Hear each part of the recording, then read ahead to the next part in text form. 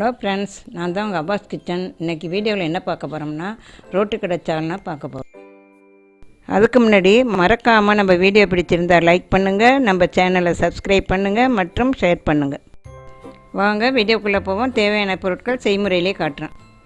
Road கடை சால்னா செய்ய masala mix சொல்கிறேன், கேட்டுக்கோங்க. தனியா 1 டேபிள் ஸ்பூன், சோம்பு 1/2 டேபிள் ஸ்பூன், சிகப்பு மிளகாய் 2, பட்டை கிராம்பு ஏலம் உங்கள் வாசனைக்கு தகுந்த மாதிரி நீங்கள் போட்டுக்கோங்க. கசகசா 1 டேபிள் ஸ்பூன், ஜீரகம் 1/2 டேபிள் ஸ்பூன், மிளகு 1/4 டீஸ்பூன். எல்லாத்தையும் எண்ணெய் சட்டியில் போட்டு ட்ரையாக எண்ணெய் ஊற்றாமல் ட்ரை ரோஸ்ட்டாக பண்ணுங்கள். பண்ணிவிட்டு எடுத்து ஒரு தட்டில் கொட்டி வச்சுக்கோங்க.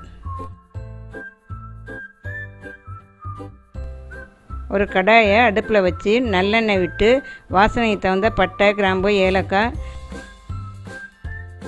சின்ன வெங்காயம் 10, பூண்டு 10 பல், இஞ்சி 1 துண்டு,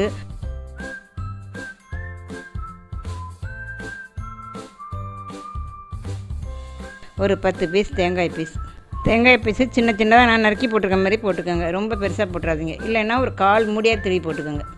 இப்போ நான் வதக்கியிருக்கேன் பாருங்கள். அந்த மாதிரி கலருக்கு வந்ததும் வதக்கி தட்டில் எடுத்து ஆற வச்சு மிக்சியில் போட்டு அரைச்சி எடுங்க.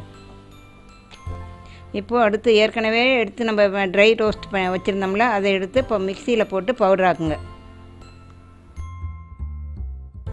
இப்போது நம்ம சால்னா செய்யலாம். கடாயில் எண்ணெய் விட்டு பட்டை கிராம்பு ஏலக்காய் போட்டு நல்லா வதக்குங்க. அடுத்து பெரிய வெங்காயம், மல்லி இலை 1 கைப்பிடி, புதினா 1 கைப்பிடி எல்லாத்தையும் போட்டு கொஞ்சம் வதக்குங்க.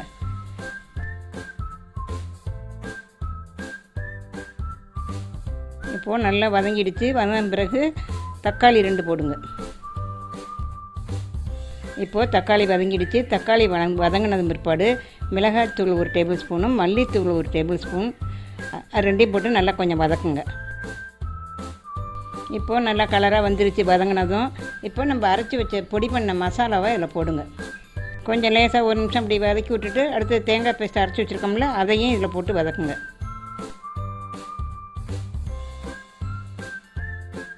மஞ்சத்தூள் 1 சிட்டிகை,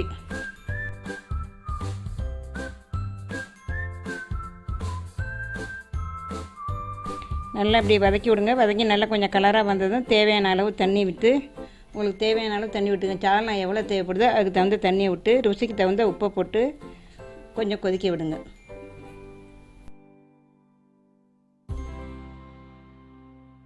இப்போது ஒரு மூடியை போட்டு மூடி சால்னா நல்லா கொதித்து நல்ல பதமாக வர வரைக்கும் வச்சு அப்புறம் திறந்து பாருங்கள். இப்போது உங்களுக்கு பிடித்தமான ரோட்டு கடை சால்னா, பரோட்டாவுக்கு தகுந்த சால்னா, இட்லி தோசை எல்லாத்துக்கும் வச்சுக்கலாம். உங்களுக்கு விருப்பமாக இருக்கும், ரொம்ப டேஸ்ட்டாகவும் இருக்கும். சாப்பிட்டு பார்த்துட்டு கமெண்ட்டில் சொல்லுங்கள். மறக்காமல் நம்ம வீடியோ பிடிச்சிருந்தால் லைக் பண்ணுங்கள், நம்ம சேனலை சப்ஸ்கிரைப் பண்ணுங்கள் மற்றும் ஷேர் பண்ணுங்கள். நன்றி, வணக்கம்.